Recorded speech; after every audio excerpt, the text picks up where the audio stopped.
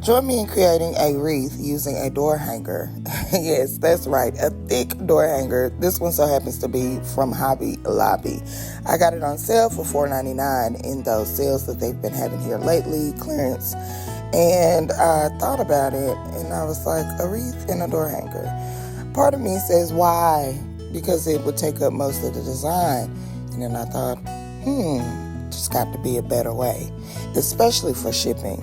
So what I'm doing is I'm starting out with a door hanger, and then I'm just taking a pipe cleaner on the back and making a hanger for it to hang. I'm also taking just 2 of some pine picks that I had left over for Christmas. I like to use those for lantern swag bases or mini swag bases. But I thought, I have most of the stuff that I need on hand. So I'm taking those and I'm just unzipping the zip ties from them. And what I'm going to do is use those like a mini swag. So this will be super easy, you guys. Project under 20 minutes, no glue. Again, no glue. So what I'm doing is I'm taking it and I'm cutting it down to about 1 inch, and we'll go back to that again. So these are the items that you'll need. I have some sawgrass, which is always on hand at Hobby Lobby. It is expensive. It's about $41, so you want to get that on the half off weekend. I have 2 beaded grass ferns, also from Hobby Lobby, 2 filler bushes that came from Michael's. I'm just using one, anything I had on hand that was neutral. And then I'm also using 4 coordinating ribbons. Most of these ribbons are from White Bayou Recent Supply. And I'm using a little bit of Sam's Club in there as well. And this will make a great multiple. So what I'm doing is I'm going to take my handy dandy stapler, and I'm just going to staple that pick, the little mini swag, right on it. And because I'm using a really thick door hanger is what I would recommend. Don't use the thin ones. Trying to do this, you'll put too much weight on it. Use a thick door hanger, the heavy duty ones. If you're going to make a door hanger yourself, I would suggest you use the wood rounds from either Lowe's or Home Depot, the really thick ones, the $20 ones, you know what I mean? Because you're going to put weight on it. So I've added one to the top and one to the bottom. What this will do will kind of hold up our picks. It'll allow us to attach it just like we do our swag base. So basically we've made this door hanger a door swag. So all I'm doing now is I'm cutting my stems and layering them. So I have a beaded grass fern. I have the filler bush on the top, and then I'm just going to take a piece of the sawgrass. Now the sawgrass comes long, like a garland long, and you have to cut that up to the length that you desire. But what that's going to do is also it's going to give us a bit of illusion. So I'm just taking a couple of pieces, just have a little sawgrass in the top as well. I'm zip tying the bottoms together, fanning it out a bit, and bringing it up to that swag. And then once I get it to the swag, I am tying it in just like we would do our regular swag bases. So now that you have it all fluffed and out, it is secure. Voila, you're already halfway done. Super easy. We're going to do the same thing at the bottom. I'm taking the beaded grass, I'm cutting it about 1 inch. I'm going to do my filler bush, layer it over it, fluff it out good. Cut it about 1 inch off the stem to where you have a good enough nub to tie in on your mini swag base. And then I'm taking that swagass, I'm just going to cut a piece of it. I'm layering it behind it to my desired length until I get the fullness that I want. I don't want it totally full. You can do it how full you want it. I'm going to put a couple of pieces in the front and kind of weave those in so that you can see it throughout and not just behind it. But I want it about the same beef, just a natural graduation from the top to the bottom as far as the fullness. Now I'm zip tying all of those stems together, giving it a nice fluff, and we're going to do the same thing. We're going to take it down to our mini swag, and we're going to tie that in. So I'm tying in right around where I zip tied. I'm going to pull 2 of my ties underneath there, see that? And tie it in. And because I fluffed that stem out and left it whole, some of it is tied, it's not going anywhere, okay? We're going to start with our bow. because guess what? We're halfway done, no glue. So I'm starting out with the 2.5 inch antique check. It's one of my favorite everyday ribbons. It is back in stock at White by Recent Supply.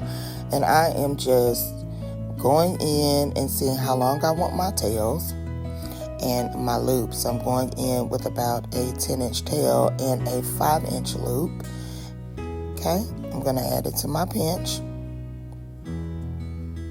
Okay, make sure my ears match. Twist.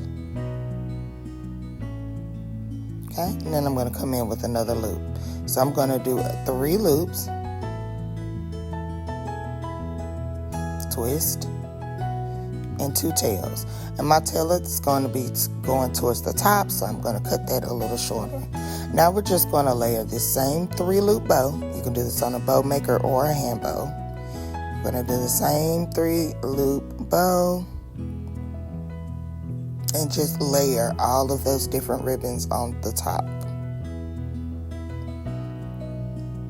Super easy. Alright, so then I'm going to layer in. I'm going to break this up. Since I have a pattern, I'm going to break it up with a little bit of olive green. It's another one of my favorites to use in everyday designs. And I'm just going to make that loop about 1 inch shorter. 3 loops, tail. Okay, now I'm going to come in with a solid burlap. It's also from White Bayou Recent Supply. It's a thick burlap at a great price.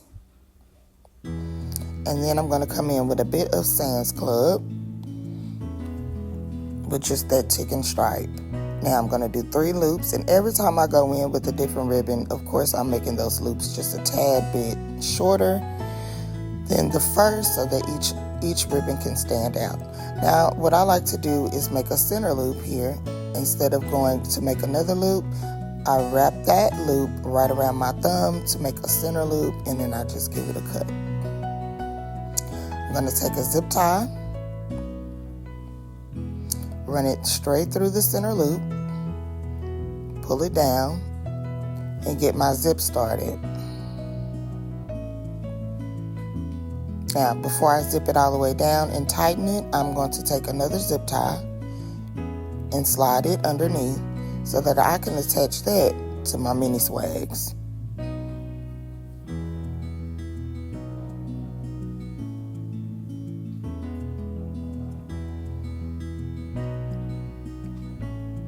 Okay, we'll give it a slight fluff, but you know we'll fluff and get everything cleaned up once we get it attached to our wreath.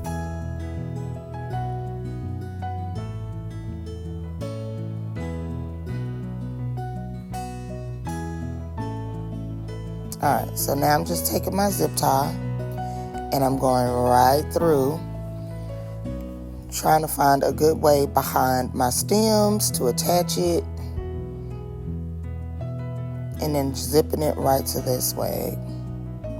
Okay, I'm going to cut off the excess, and then I'm going to go ahead and start fluffing out and cleaning up my bow, because we don't want our bow to cover up our words. Now, when you think about a sign, or if you are creating your own sign or custom signs, I would suggest you putting the words towards the middle, leave room at the top and the bottom so that you have room to add your swags and your bows.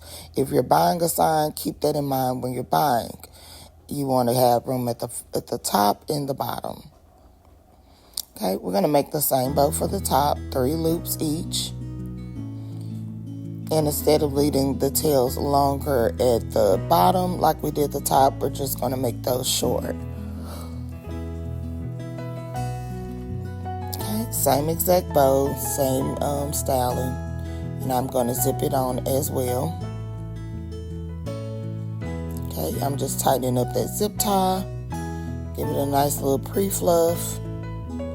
And now we're going in and zipping it on. Now this one, I did think that I zipped it and it was a little floppy, so you want to make sure you get a lot of it. So I'm just going to add a second zip tie to help lift that up.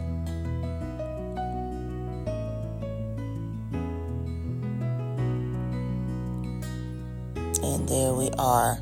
So now I have to come in and cut all my tails down.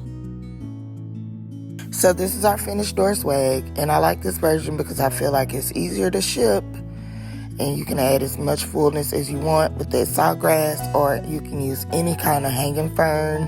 Don't overthink the greenery, but super cute, easy, everyday, multiple. Bye, y'all.